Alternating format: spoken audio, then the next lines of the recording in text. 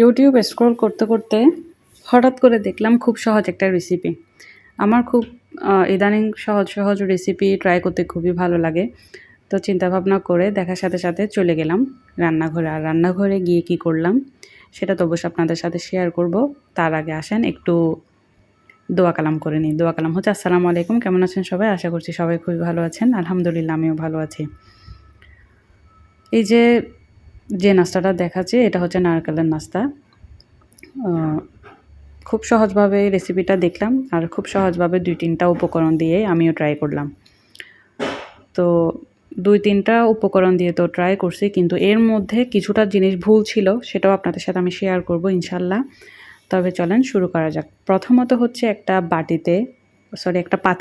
পাতিল থাকতে পাতিল, যার যেটা থাকবে সেটাতে ১ কাপ চালের গুঁড়া নিয়ে নেবেন। এরপর হচ্ছে 1/4 কাপ চিনি নিয়ে নেবেন। আমি পরে অনেক কিছু আসলে অ্যাড করছি, সেটাও আপনাদের সাথে শেয়ার করব। এরপর হচ্ছে লবণ নিয়ে নেবেন অল্প পরিমাণে। এরপর হচ্ছে বরাবর ১ কাপ নারকেল নিয়ে নেবেন। যে কাপে চালের গুঁড়া নেবেন ঠিক সেই কাপে নারকেল গুঁড়া নিয়ে নেবেন।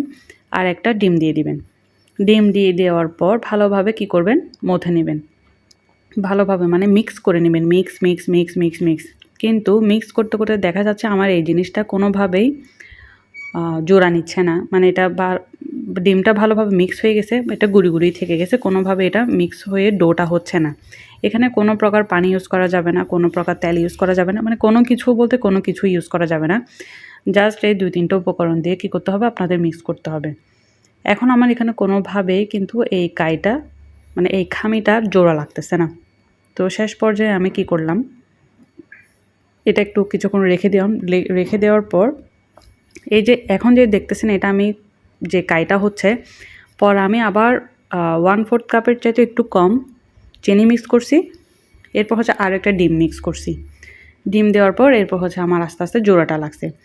ডিমের যদি ছোট বড় থাকে, ডিম অনেক সময় বড় হয়, বড় হলেও দেখা যায় ১ কাপ চালের গুঁড়া ১ কাপ নারকেলের মধ্যে হয়ে যাবে। আর যদি না হয় তাহলে আপনাদের সেখানে 2টা ডিম লাগবে। এটা হচ্ছে কিসের উপর, ডিমের উপর নির্ভর করে আর কি, ডিম বড় ছোটোর উপর। তো আমার যেহেতু কাইটা কোনোভাবে মিক্স হচ্ছিল না, সেজন্য আমি কি করলাম, আরও একটা ডিম দিয়ে দিলাম আর অল্প পরিমাণে চিনি দিয়ে দিলাম। 1/4 কাপ প্রথমে তো দেখাইছি কতটুকু দিছি। এরপরও আমি আবারও আরেকটু চিনি অ্যাড করছি, যেগুলো আমি ভিডিওতে দেখাতে পারি নাই, সেজন্য আমি আন্তরিকভাবে দুঃখিত। এরপর হচ্ছে ভালোভাবে বিস্কিটের শেপ দিয়ে নিলাম।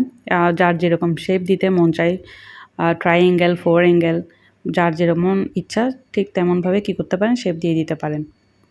এরপর হালকা একদম মিডিয়াম টু লো হিটে রান্না করছি, কোনোভাবে চুলাটা বড় করি নাই। এরপর দেখেন আমার বিস্কিটের ফাইনাল লুক। খেতে দুর্দান্ত হয়েছে, কারণ এখানে পুরাটাই হচ্ছে নারকেলে ভরপুর। এরপর হচ্ছে আপনারা চাইলে এটা প্রায় সপ্তাহখানেক রেখেও খেতে পারবেন, আর কোনো রকম হাতে তেল থাকবে না, সেটাও আপনাদেরকে দেখাই দিলাম। এরপর আপনারা ভালোভাবে পলিথিন পেঁচাইয়ে এভাবে রেখে দিতে পারবেন, বা কোনো এয়ারটাইট বক্সেও রেখে দিতে পারেন চাইলে। 1 সপ্তাহ পর্যন্ত আশা করি এটা রাখা যাবে। তো আজকের ভিডিও এতটুকু পর্যন্ত। ভালো লাগলে অবশ্যই কী করবেন, কমেন্ট করবেন। আসসালামু আলাইকুম।